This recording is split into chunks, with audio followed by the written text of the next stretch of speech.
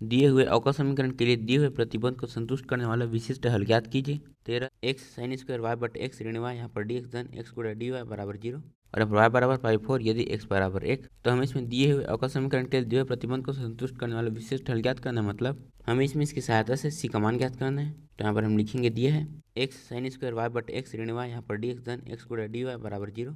तो पहले हम इसमें dy बाई dx ज्ञात करेंगे, तो उसके लिए हम इसे इस तरफ ले जाएंगे। तो यहाँ पर x साइन स्क्वायर y बटे x ऋण y, यहाँ पर dx बराबर ऋण x dy। तो अब हम ऋण x को इस तरफ और dx को इस तरफ ले जाएंगे। तो यहाँ पर आ जाएगा x साइन स्क्वायर y बटे x ऋण y बटे ऋण x बराबर में आ जाएगा dy बाई dx। तो यहाँ पर हमें dy बाई dx बराबर मिल गया, इसीलिए अब हम इसे हल करेंगे। तो उसके लिए हम y के जगह में v गुणा x रखेंगे। तो यहाँ पर हम लिखेंगे माना y बराबर v गुणा x। तो अब हम इसका अवकलन करेंगे, तो पहले इसका करेंगे। तो यहाँ पर आ जाएगा dy बाई dx बराबर, यहाँ पर ये दोनों गुणा में है तो हम इसमें यू वी के होल्डर्स का सूत्र लगाएंगे, जो होता है यू का डैश वी धन यू वी का डैश, और यहाँ पर ये यू और एक्स है वी। तो पहले वी का अवकलन, तो यहाँ पर आ जाएगा डी वी बाई यहाँ पर डी एक्स गुणा में आ जाएगा एक्स धन यहाँ पर वी ऐसे ही रहेगा। तो यहाँ पर आ जाएगा वी, फिर एक्स का अवकलन वो हो जाएगा एक, फिर वी का एक में गुणा। तो यहाँ पर आ जाएगा वी। तो यहाँ पर हमें D Y by D X बराबर मिल गया, इसीलिए अब हम इसके मान को इसमें रखेंगे। और यहाँ पर ये है हमारा समीकरण 1 और ये है हमारा समीकरण 2 और ये है हमारा समीकरण 3। तो हम समीकरण 2 व 3 से मान समीकरण 1 में रखेंगे। तो यहाँ पर हम लिखेंगे समीकरण 2 व 3 से मान समीकरण 1 में रखने पर यहाँ पर D Y by D X बराबर ये है, तो हम इसके जगह में इसे लिखेंगे। तो यहाँ पर आ जाएगा D V by D X गुणा एक्स धन वी बराबर, हम वाई के जगह में वी गुणा एक्स लिखेंगे। तो यहाँ पर आ जाएगा वी गुणा एक्स, फिर एक्स से एक्स कट जाएगा तो यहाँ पर बचेगा वी। तो यहाँ पर आ जाएगा एक्स, फिर यहाँ पर आ जाएगा साइन स्क्वायर, यहाँ पर आ जाएगा वी ऋण, यहाँ पर आ जाएगा वी गुणा एक्स बटे यहाँ पर आ जाएगा ऋण एक्स। तो यहाँ पर D V by D X गुणा एक्स धन वी बराबर, हम इसमें से एक्स कॉमन लेंगे।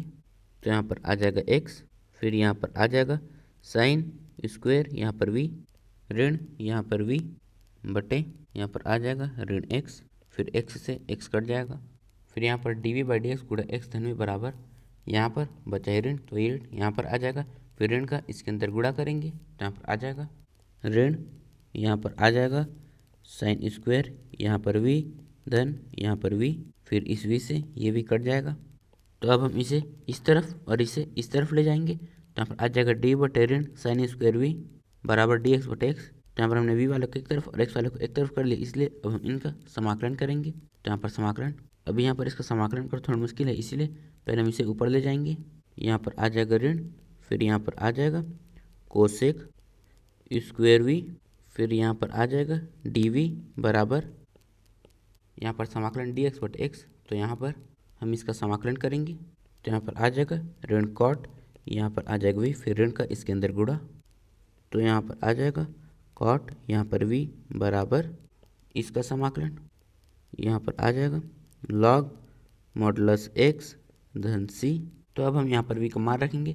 तो यहाँ पर y बराबर है वी गुणा एक्स, तो अगर हम x को इस तरफ लाएंगे तो हमें v बराबर मिल जाएगा। तो यहाँ पर आ जाएगा कॉट, यहाँ पर y बटे x बराबर लॉग मॉडुलस एक्स धन सी। तो अब हम इसकी सहायता से c का मान ज्ञात करेंगे। तो हम y बराबर पाई 4 और x बराबर 1 रखने पर तो यहाँ पर आ जाएगा पाई बाई 4 बटे 1, और हम इसे लिख सकते हैं पाई बाई 4 और कॉट बाई 4 का मान होता है 1। तो यहाँ पर आ जाएगा 1 बराबर, यहाँ पर 1 रखेंगे और लॉग 1 का मान होता है 0। तो यहाँ पर आ जाएगा 0, फिर हम 0 में c जोड़ेंगे। तो यहाँ पर आ जाएगा c। तो यहाँ पर हमें c का मान मिल गया, तो हम c के मान को इसमें रखेंगे। और यहाँ पर ये है हमारा समीकरण 4। तो यहाँ पर हम लिखेंगे समीकरण 4 में c का मान रखने पर, तो यहाँ पर कॉट y बटे एक्स बराबर लॉग मॉडुलस एक्स धन यहाँ पर आ जाएगा 1।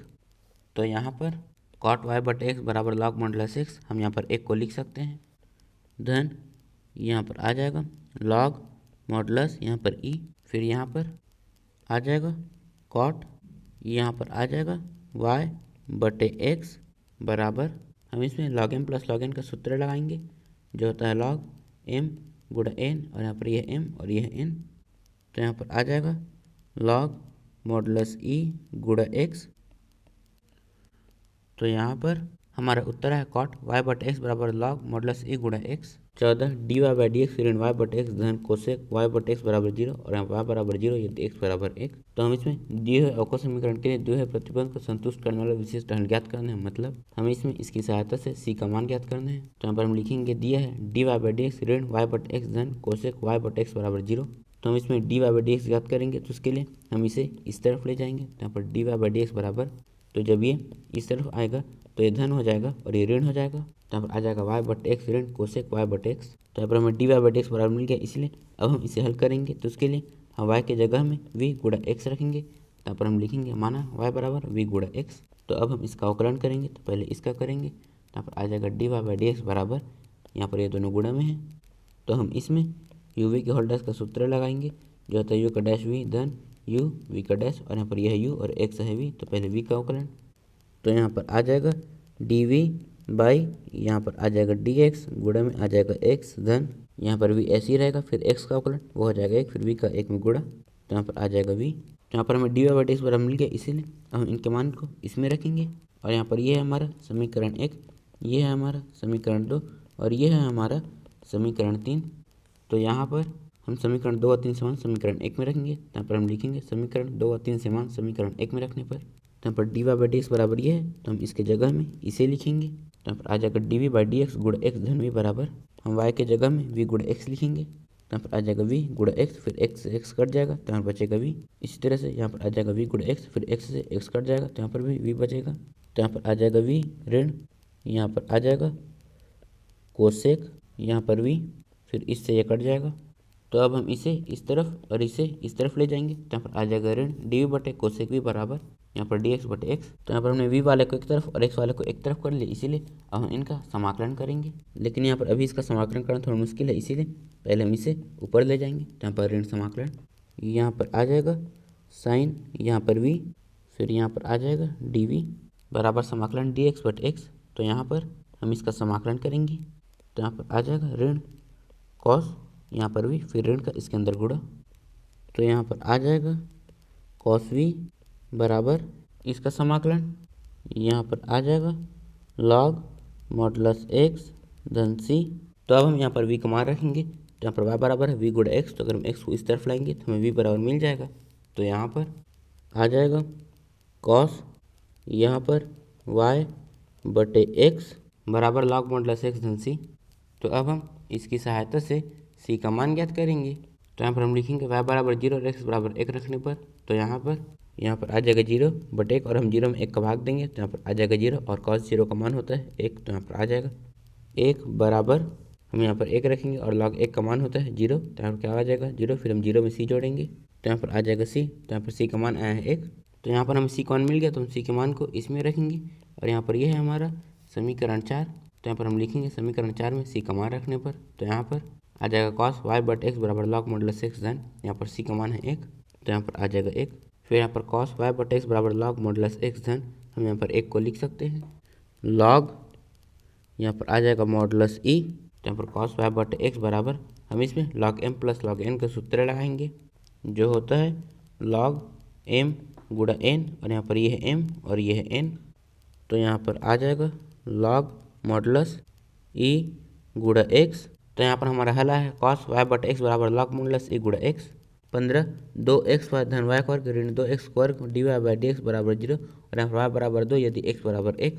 तो हमें इसमें दिए हुए अवकल समीकरण के लिए दिए हुए प्रतिबंध को संतुष्ट करने वाला विशिष्ट हल ज्ञात करना है। मतलब हमें इसमें इसकी सहायता से c का मान ज्ञात करना है। तो यहाँ पर हम लिखेंगे दिए है 2x गुणा वाई धन y वर्ग ऋण 2x वर्ग D Y by D X बराबर 0।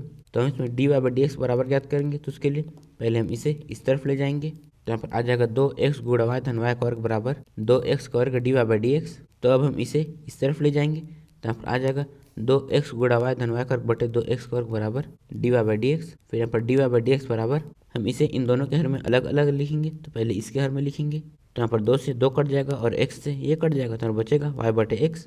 तो यहाँ पर आ जाएगा y बटे यहाँ पर x धन, तो अब हम इसे इसके हर में लिखेंगे। तो यहाँ पर आ जाएगा 1 बटे 2, यहाँ पर आ जाएगा y का वर्ग बटे यहाँ पर x का वर्ग।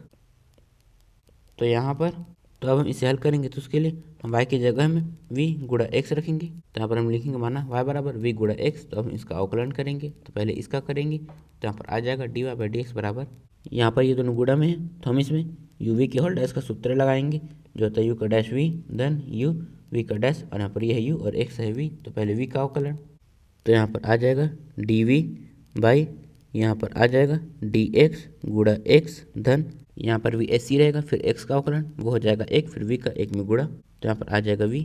तो यहाँ पर हमें dy बाई dx बराबर मिल गया, इसीलिए अब इनके मान को इसमें रखेंगे, और यहाँ पर ये है हमारा समीकरण 1, और यहाँ पर ये है हमारा समीकरण 2, और ये है हमारा समीकरण 3।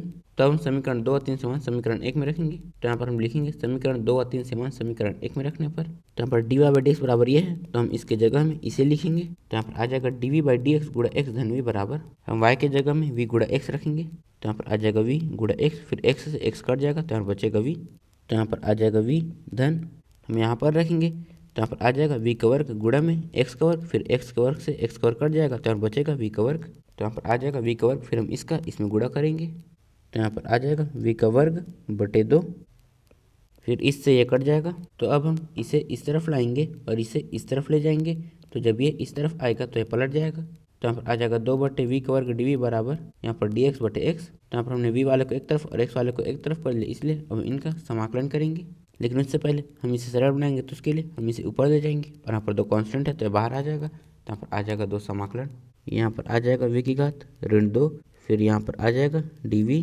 बराबर यहाँ पर समाकलन dx बटे x, तो यहाँ पर 2 हम इसका समाकलन करेंगे, तो यहाँ पर आ जाएगा v की घात ऋण 2 धन 1 बटे ऋण 2 धन 1, फिर हम ऋण 2 में 1 जोड़ेंगे, तो यहाँ पर आ जाएगा v की घात ऋण 1 बटे यहाँ पर ऋण 1 बराबर हम इसका समाकलन करेंगे, तो यहाँ पर आ जाएगा log मॉडुलस x धन c, फिर यहाँ पर आ जाएगा 2 और हम इसे नीचे ले जाएंगे, तो यहाँ पर आ जाएगा ऋण 1 बटे v, फिर हम 2 का इसमें गुणा करेंगे, तो यहाँ पर आ जाएगा ऋण 2 बटे यहाँ पर v बराबर log मॉडुलस x धन c। तो अब हम यहाँ पर v का मान रखेंगे, तो यहाँ पर y बराबर है v गुणा x, तो अगर हम x को इस तरफ लाएंगे तो हमें v बराबर मिल जाएगा, तो यहाँ पर आ जाएगा y बटे x, फिर x ऊपर चले जाएगा, तो यहाँ पर आ जाएगा ऋण 2 यहाँ पर x बटे यहाँ पर y बराबर log मॉडुलस x धन c। तो अब हम इसकी सहायता से यहाँ पर c का मान ज्ञात करेंगे, तो यहाँ पर हम लिखेंगे y बराबर 2 और x बराबर 1 रखने पर, तो यहाँ पर आ जाएगा 1 बटे 2, फिर 2 से 2 कट जाएगा तो बचेगा ऋण 1, तो यहाँ पर आ जाएगा ऋण 1 बराबर यहाँ पर आ जाएगा 1 और log 1 का मान होता है 0, तो यहाँ पर आ जाएगी 0, फिर हम 0 में c जोड़ेंगे, तो यहाँ पर आ जाएगा c, तो यहाँ पर हम c का मान मिल गया, तो हम c के मान को इसमें रखेंगे, और यहाँ पर ये है हमारा समीकरण 4, तो यहाँ पर हम लिखेंगे समीकरण 4 में c का मान रखने पर, तो यहाँ पर ऋण 2 x बटा बराबर log मॉडुलस x, हम यहाँ पर c का मान रखेंगे जो है ऋण 1, तो यहाँ पर आ जाएगा ऋण 1, तो यहाँ पर ऋण 2x बटे y हम इसमें से ऋण कॉमन लेंगे, तो यहाँ पर आ जाएगा ऋण, फिर यहाँ पर 1 ऋण, यहाँ पर आ जाएगा log मॉडुलस x, फिर ऋण से ऋण कट जाएगा, तो अब हम इसे इस तरफ और y को इस तरफ ले जाएंगे, तो यहाँ पर आ जाएगा y बराबर 2x बटे 1 ऋण log मॉडुलस x, तो यहाँ पर हमारा हल है y बराबर 2x बटे 1 ऋण log modulus x। 16 dx by dy h x बटे y के रूप वाले समघाती अवकल समीकरण को हल करने के लिए निम्नलिखित में से कौन सा प्रतिस्थापन किया जाता है? a y बराबर v गुणा x, b v बराबर y गुणा x, c x बराबर v गुणा y, d x बराबर v। तो हमें से बताना है कि इस तरह के प्रश्न को हल करने के लिए हम कौन से प्रतिस्थापन का प्रयोग करते थे। तो यहाँ पर h x बटे y है, तो जैसे f x बटे y रहता है वैसे यहाँ पर h x बटे y है। तो इस तरह के प्रश्न में हम सबसे पहले x बटे y को v मानते थे, फिर यहाँ पर y इस तरफ आ जाएगा, तो यहाँ पर x बराबर आ जाएगा v गुणा y। तो इस तरह के प्रश्न में हम x बराबर v गुणा y वाले प्रतिस्थापन का उपयोग करते थे। तो यहाँ पर इसमें है x बराबर v गुणा y, इसका मतलब है कि यहाँ पर हमारा सही उत्तर है c।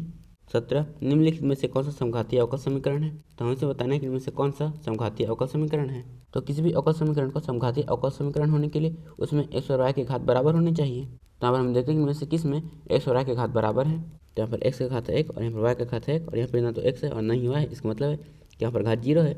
यहाँ पर इनमें घात बराबर नहीं, इसका मतलब है कि यहाँ पर ये समघातीय अवकल समीकरण नहीं है।